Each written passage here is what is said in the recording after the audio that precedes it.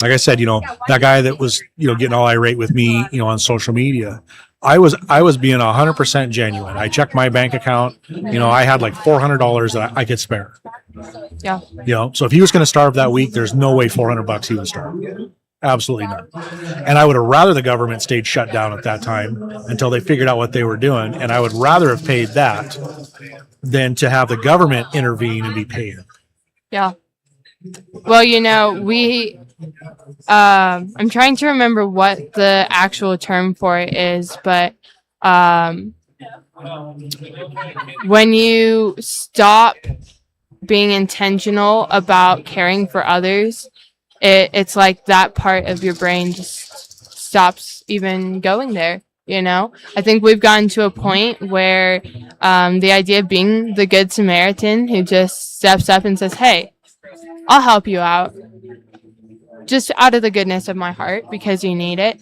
We have lost touch with that. And so it's like a muscle that hasn't been worked out in a long time because we've gotten so used to this idea of, oh, yeah, the government will do that. I'll pay taxes for them to be the Good Samaritan on my behalf, which, like we talked about, that's really not what's happening because it all comes down to ultimately the government is the one who benefits from their own welfare programs. It's welfare for the government, not for us. And the other thing about it is we'll talk a big talk about the idea of being able to rise up against the government if need be, or to be independent from the government. But if you have tied yourself so deeply to welfare programs that that's your livelihood, guess what? Now you can't really rise up against the government in any way because it's your livelihood. I was having a conversation with another person earlier today about subdivisions and how subdivisions are our own little communities of communism. Yeah. I mean, it's really what a homeowners association is. Mm-hmm. You get a couple people get together, they establish the rules for everybody else. This is the way it's going to be, blah, blah, blah. A lot of neighborhoods where, you might have an acre for a house. An acre's plenty of property for a person to have some chickens, have their garden, have their greenhouse, be doing some things for themselves to help be a little more self-sufficient. But no, the homeowners association steps in. We don't want to be hearing no roosters. We don't want, and it's like, are you kidding me? What kind of an existence are we trying to live here outside of what God created? Yeah. And lose touch with that joy. I mean, there's some rebel in my neighborhood that's got chickens because at 6 o'clock in the morning, I can hear this rooster, just crowing away, and I'm not going to run to the homeowners association and turn them in. I like it. Yeah.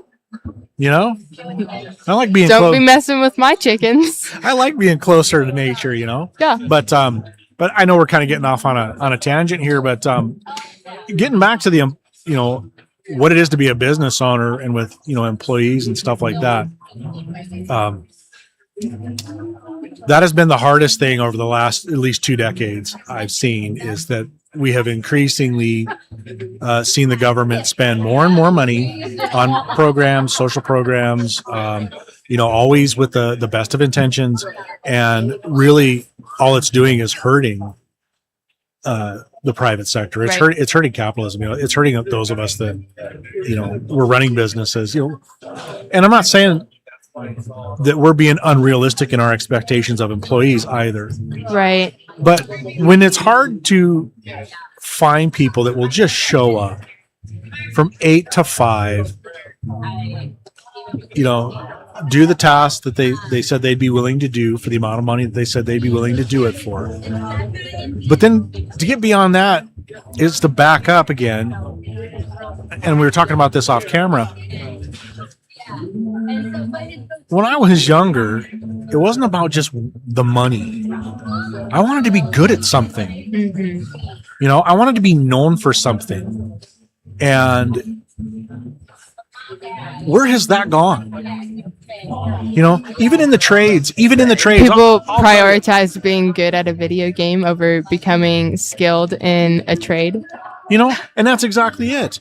When I was a young guy in my 20s, I don't care what construction crew I was working on. We were constantly competing with one another on who could cut two boards and put them together better. Right.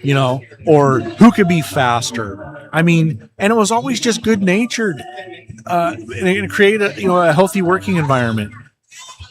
But here we were, a group of young men, back in the mid 90s, early to mid 90s. And we just wanted to be good at something. We wanted to be better than everybody else at what we did. And it wasn't about, well, you're making 50 cents more an hour than I am. And I can go sign up with the government. I can get this or get that. It was, we wanted to be good at something. And I think the government being involved in all these aspects of our life have taken that away from our younger people. Right. It stole it from them. They're and not I would to be argue great at that something. it's out of alignment with the order that God has set in place for the world. Because I would love to hear your definition before I go ahead and give mine. But what would you say is the role of government or the purpose of government? I think the purpose of government is to do nothing more than to protect our borders. Interesting. All it is basic. All it is, I think, the role of government. All it is to provide the atmosphere in order for capitalism to flourish. Interesting. Real quick, I'm gonna pull up. It's Romans 11 or 12. Is kind of the role of government chapter. Well, like Romans 13, 1 through 8. Or is it Romans 13? Right? Yeah, it is 13. Well, it says, it's talking about the government and says that the government is God's servant for your good. If you do wrong, be afraid, for he does not bear the sword in vain, for he is a servant of God, an avenger who carries out wrath on the wrongdoer. So the way I see it is, biblically, the role of government is to initiate justice, uphold justice, punish the wrongdoer. Like I said, that's about it. You don't need to do a whole lot more. So when we look biblically, that's how I would define it. I wouldn't say that's very far off from what I had to say. No, it's really not. I mean, listen, another thing that people always complain about, and then we've seen a rise, and it's not actually being acknowledged as a rising, but it's a rising of envy in our society. I can't tell you how many times over the last 15 years I've heard somebody say, the rich, it's always those rich. The rich. It's always the rich. And I go, well, can you define the rich? Well, like Bill Gates or this or that or whatever. And I said, listen, I go, I don't care who is got more money than who. This goes in line with what you were saying. All I care about is, did they trespass on somebody to get it? Did they create a crime to get it? Did they which is what you just said in that passage. Prosperity by just means. By just means. And that's really it. So if you're to look at government just saying, hey, we're here to mediate what is a just means in which you guys can chase your dreams, right, and protect the borders, for you to be able to do that, so you're not looking over your back thinking, wondering if somebody's going to be crashing in on you from another country, right? Right.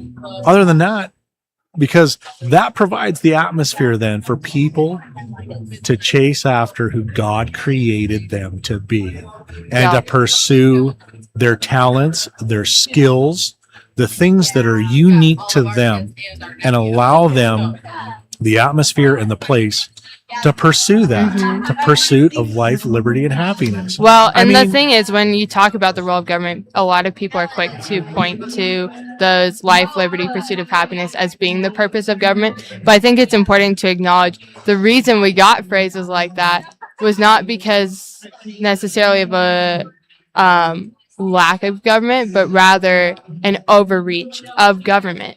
And so when we say to secure the blessings of liberty to ourselves and our posterity, or we talk about life, liberty, or pursuit of happiness, those are things we're saying that we will protect when we restrain government to being that original purpose of upholding justice. And I really think the seed of that is, like I said, is pursuing who God created you to be. Yeah. I mean, there has to be a reason for all of this to begin with. Right. And it's not to pay taxes to the crown. Yes. It's not to pay taxes to the government. Yep. That's not why we're getting out of bed every day. Right. And I think because we're seeing the government has gotten so big and it's taking so much of our resources from us that we're seeing a hopelessness in society. I mean, when I was your age, buying a home young was not out of reach. To be 23 years old, 24 years old, and to be able to, back then, I think the down payment on a brand new, and here's the other thing too. When I was 25 years old, you could buy a 3-bedroom, 2-bathroom home on just under a half-acre lot, brand new, $99,400. Down payment of like $7,800, $8,000, something like that. Wow. And there you have it. I mean, good luck. Yeah. I feel bad for you because that's like not out there. Well, and I talk about that a lot. People are quick to question what authority I could have or what perspective, what good I could bring to the legislature. And my response is always, well, first of all, we have a citizen legislature here in Montana, which means that our legislators are not professional politicians.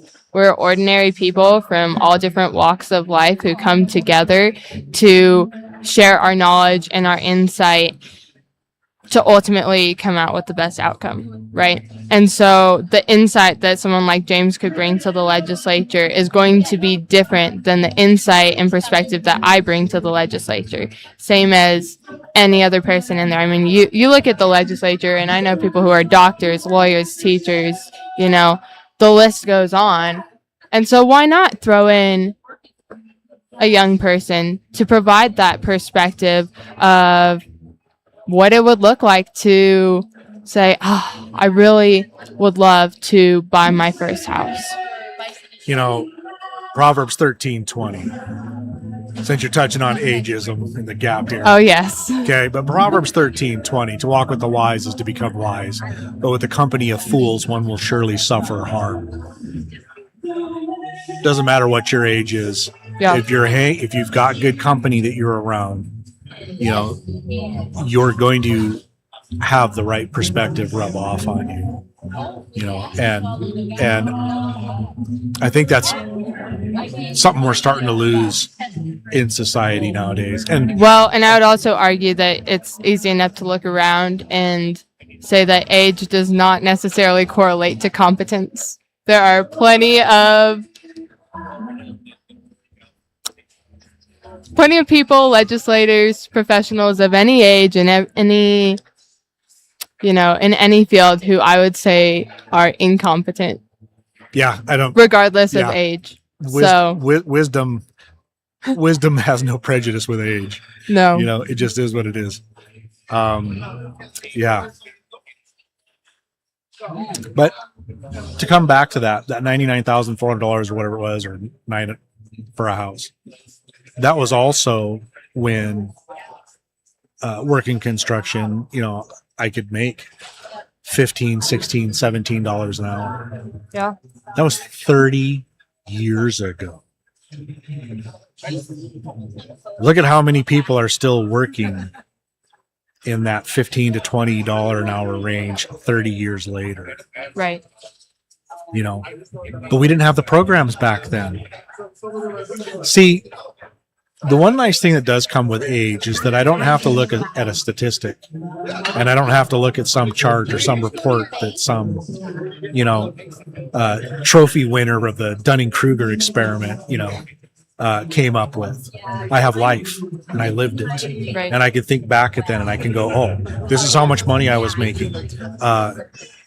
Unemployment was like, you had to sign away everything, and you had to be out looking for a job. It wasn't just fill this out, and out the door you go and you start getting checks. They were all over you, like, you better get a job. You didn't have all the programs, and that's why that $15 went further, and we didn't have government involved in housing. We didn't have the government giving out money for rent. Anytime the government tries to make anything more affordable, it's always going to backfire. And the same thing happened with college. I mean, 1997, 1998, 1999. I could carry a full load for $1,500 a semester. A full load, 12 credits, for $1,500. That's like nothing. Yeah. Even then that wasn't like, it was on my wage. I could, live in $100,000 house. It was reasonable. And I could work, 34, 36 hours a week. And I could hold down 9 to 12 credit hours a semester and make the whole thing work. Try doing that now. And what's the one thing that's changed? Government. Yeah. And government involvement in everything. And the sad part of it is it's hard for people to correlate these policies because they're in such I see it needs to happen right now, and they can't put the two together. Recently somebody had posted something on Facebook that had to do with Ross Perot back in the day when he ran, and he was totally against NAFTA. Okay. And he said, flat out, NAFTA will ruin us. It will ruin our manufacturing. It will take jobs away. And you had Clinton, oh no, it's going to be the greatest thing since sliced bread. Well, look at what it did. But people don't correlate what has happened to NAFTA because it took a couple of years for it to get, we didn't see the by results then, immediately. By then, the powers that be could say, oh, no, it happened because of something completely different. No, it didn't. Perot was right. NAFTA was a huge disaster. But that's no different than Clinton taking office and then trying to take credit, for the internet boom, which quite honestly, Reagan started that. Mm-hmm. So, and again, well, isn't that just the game that politics is, right? Deny things you messed up, take credit for things you didn't do. It's the shell game, and if you turn it over and it's not the one you want, you just deny, put it back over, shuffle it up again. Right. Yeah, it seems that way is. sometimes, especially when you're looking at federal issues, which a lot of these outrageous welfare programs are at the federal level because they don't have the requirement to keep a balanced budget, right? We don't have a runaway debt at the state level because we are required to balance the budget. You're not required to do that at the federal level, which is why we have an unimaginable amount of federal debt. And people, it's so horrible that people don't even acknowledge that it's there. There's so much debt, it's as if it doesn't exist. And so we can just keep on spending money that we don't have and crossing our fingers that we die before it comes back to haunt us. I mean, so it's kind of interesting, when you look into psychology and what our brains can really comprehend, is trying to wrap your head around what $38 trillion looks like. I mean, come on, let's be honest here. It's a 3, it's a 8, it's a word trillion. Anything outside of, a couple $1 million, I mean, trying to wrap your head around that, honestly. And then when it gets up to the trillions. I mean, unfortunately, we're at a point where I don't think you could even pay off the federal debt. It's not possible. I don't see it happening. And so why on earth would we continue to expand programs, spend money we don't have? It's crazy. I'll tell you, I had a rancher I worked for, really cool guy. Okay. And he was always giving me, James, you want some advice? Because he also said, he goes, you talk more than anybody ever knows. What he'd say as we're rolling around in the cab of this truck, chasing calves and doing whatever, But he goes, I'm going to tell you, and it was just really funny listening to him all the time. But he said to me, he goes, he says, all these people, you're giving away all this money. He goes, I'll tell you right now, politicians need to be sent to school and they need to be taught so they can understand that there's a magic button along a person's spine, and when their belly button touches it, they'll go to work. That's what he said. Goodness. And there's some truth to that. As long as people are going to keep giving, and the government's going to keep giving handouts, people will keep having reasons to keep taking it. Yep. But if you stop, there's that magic switch in there, and all of a sudden they'll realize that, I guess if I'm going to eat this week, I better go find something to do. And then in the process of that, maybe they'll find some joy in it. Maybe. Well, and I think you can also point, and I was talking to another candidate about this a little while ago, in reference to an entirely separate issue, but I think it still applies. Anytime that you look for something to magically solve all the problems in the world and all the yuck in the world, anytime you're looking for something like that, it's never going to be as fulfilling as you hope, because ultimately the only savior you're ever going to find is the one who stood up and died on a cross for you. So, I mean, we were talking about that in the context of legalizing marijuana and things, and how ultimately I would see that as being degrading to society overall, because again, you're looking to ease the problems of the world rather than taking the free gift of grace offered to you. But I think it applies to nearly anything where we go, here's a problem, the world is broken, how do we fix that? Because ultimately there's not a fix for a broken world except for the God whose world it is. Not to get too preachy, but there you go. Right. You know me, I can't argue that. Right. That's why I like talking to you, because we're in the same sorry about that. We have a live audience member making some faces at us. It's hard not to wave at some of the people walking by, and that's the thing, is we are, as we're recording this, we are live. There are people walking through the vendor halls right in front of us. People stop to listen. This is real. And I think that kind of leads into another thing that I personally think is worth addressing is I was talking to a young girl yesterday who talked about how hard it is to be bold and stand up for truth and stand up for what you believe, specifically in the context of her school. She said she tried to start a Bible study and her teachers shut it down and said that she wasn't allowed to do that. But at the end, I asked, what would be your advice to another young student like you who's trying to be bold? And she just said, don't back down. You've got to stand for what you believe in. And I think a part of that is being vocal about standing for what you believe in. There's a lot of people who go, oh, it's rough, to say things that could be controversial or that could make people not happy with you, to say the least. But ultimately, I think if we can all get to a point where we can voice what we believe in a respectful manner, like we are right now, the world would be a lot better off. I think we face some pretty severe problems when people's first thought is to wish harm upon somebody else before they ever have a conversation about it. So that's why I really love getting to have these conversations literally out in public like this. Because there's nothing stopping anyone walking by from coming up and just straight up asking us a question or disagreeing with us, and I'm all here for it.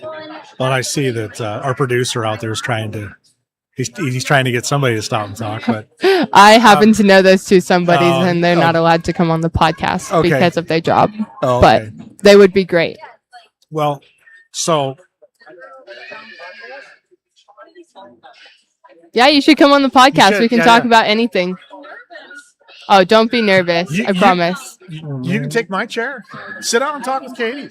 Here, we can end this. Let's end this live stream, and then we can start another one.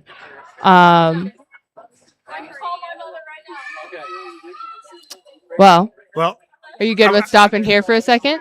Maybe we can get someone else. I do want to quickly say this, okay? Because you tapped on something, all right, that has been a huge issue for me in my life, okay? And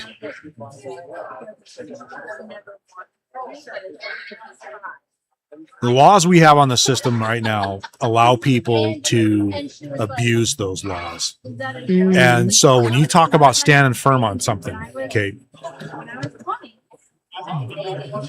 that's where you start getting yourself in trouble, because when you start standing firm in your beliefs and somebody doesn't agree with you, nowadays they start looking to what laws they can use then to dismantle you, your argument, your life, your existence, because they don't agree with you. And I think one of the largest ones right now, I point my finger at the camera, one of the largest ones right now we've got going on, though, you know, if you look at Leviticus, what is it, 18:22?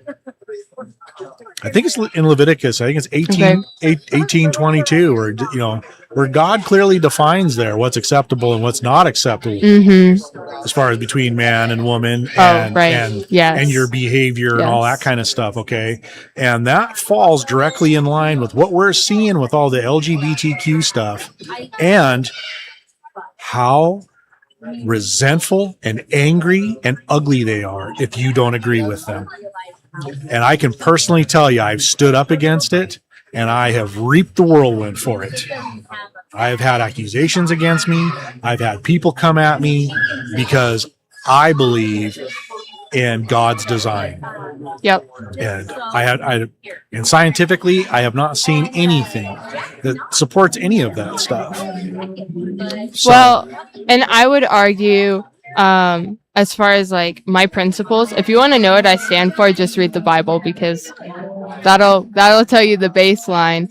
But the majority of any stance I would take boils down to anything outside of God's established order for the world, which was initially good before, you know, the fall of man and everything went downhill. God's order, anything that is very clearly not in alignment with that, is going to be detrimental. Not only because I believe the Bible's true, and that would mean that thing is, you know, against what I believe to be good, because of course my view of good stems to what reflects God, who is goodness himself. But ultimately, I think just the world overall reflects that as well. When you see things that are in direct contradiction to the order God has established, it is also detrimental to the person. You know, there's a reason that we see higher rates of suicide and depression in groups of people who intentionally choose to disregard the order that God has established for the world. I think our producer stole your voice. What? I think our producer stole your voice.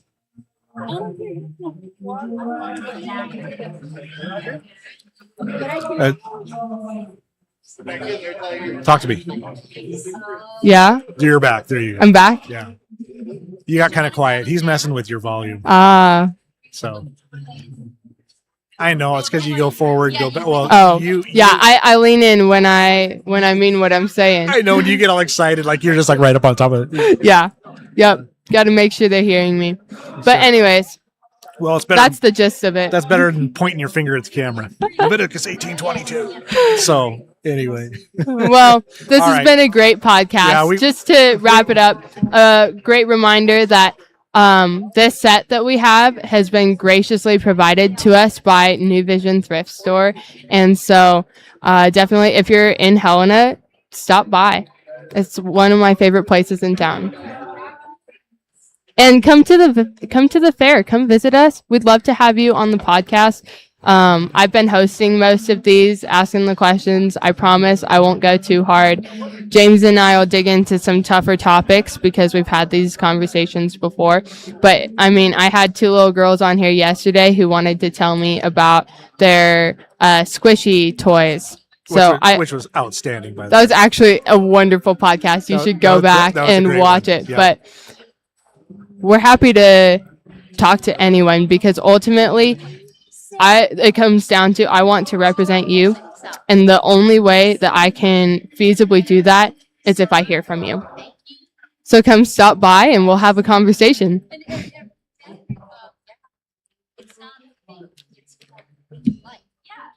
Well, you got your money's worth. That was a long one. We'll see how much I offend people on that one.